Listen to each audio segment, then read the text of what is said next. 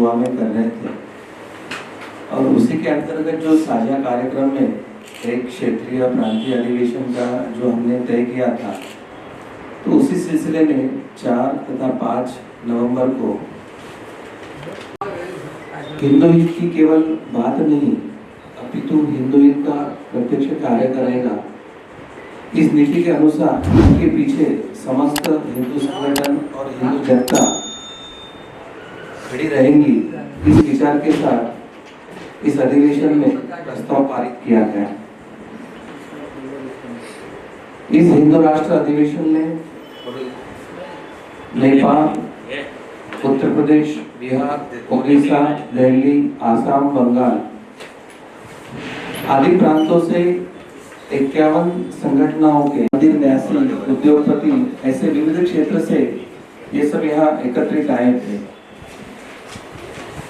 और इस अधिवेशन ने भविष्य की दृष्टि से हिंदू हित पे कौन से सूत्रों पर चर्चा करनी चाहिए और हिंदुओं की जो मांग पत्र है, जिस तरह से एक राजनीतिक पार्टियां अपना इलेक्शन का एक चुनावी पत्र घोषित करती है, परंतु इस बार हिंदू अपना मांग पत्र रखकर हिंदू मन, हिंदू विश्व पॉलिटिकल पार्टी और सरकार से क्या अपेक्षित करता है उसके बारे में चर्चा हुई और इस संदर्भ में भारत एवं नेपाल को हिंदू राष्ट्र घोषित करने के पूर्णतः प्रयास होना चाहिए।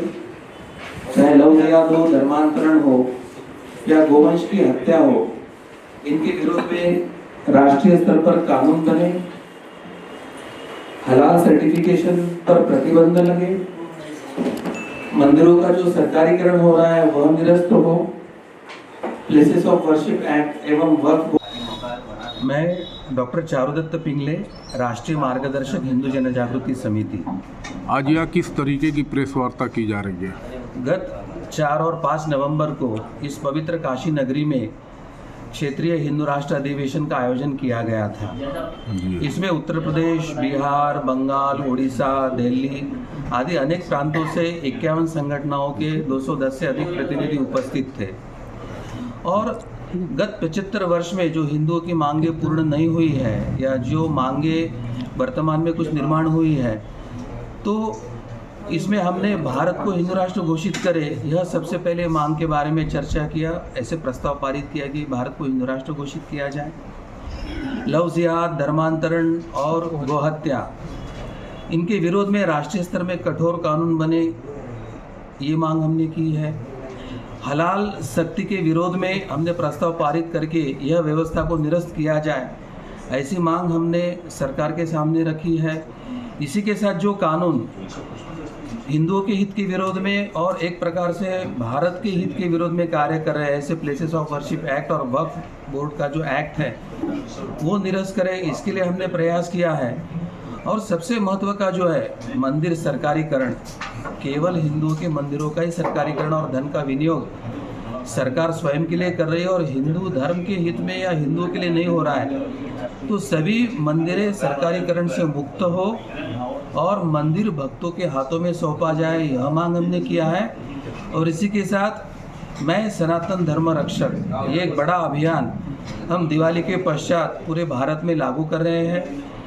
जो हेट स्पीच के गुनाह हो रहे हैं, जिसमें सनातन धर्म को डेंगू मलेरिया कह के उखाड़ कर फेंकने की बात या धर्म के विरोध में वक्तव्य या एक संवैधानिक पद पर बैठा हुआ कोई मंत्री पद भोग रहा हुआ व्यक्ति, इस प्रकार अगर वो धर्म के विरोध में वक्तव्य कर रहा है या अन्य जो व्यक्ति वक्तव्य कर रहे हैं उनके विरोध में अभी तक एफआईआर दाखिल नहीं हुआ है। आप हिंदू राष्ट्र बनाने की कवायद अब क्यों तेज कर रही है? इससे पहले जरूरत नहीं पड़ी थी हिंदू राष्ट्र स्थापित करने की? आपको जानकारी हो तो 2012 वर्ष से लगातार हम हिंदू राष्ट्र की स्थापना के अभियान को तेज कर रहे हैं। इसके लिए राष्ट्रीय स्तर पे अधिवेशन होते हैं, प्रांतीय स्तर पे अधिवेशन होते हैं, कई के जिला स्तर पे अधिवेशन हुए हैं।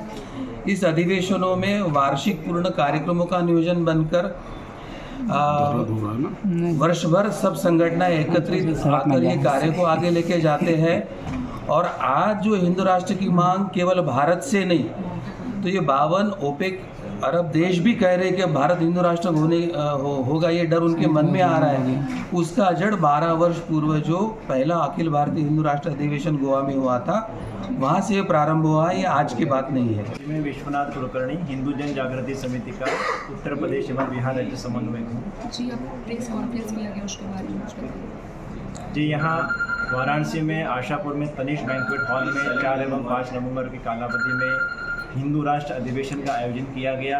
इसमें उत्तर प्रदेश, बिहार, उड़ीसा, आसाम, बंगाल, दिल्ली एवं नेपाल के 51 संगठनों से 210 से अधिक प्रतिनिधि उपस्थित थे और मुख्य रूप से हिंदू संगठनों ने अपना एक इसमें मांग पत्र निर्माण किया है कि जो इस मांग पत्र पर केवल बात नहीं कार्य करेगा उसी को आने वाले लोकसभा चुनाव में समर्थन मिलेगा। इसमें मुख्य रूप से भारत और नेपाल को हिंदू राष्ट्र घोषित किया जाए। हिंदू जन जागृति समिति जो है वो लोकसभा चुनाव में जो सपोर्ट करेगा उसको चुनाव देगा।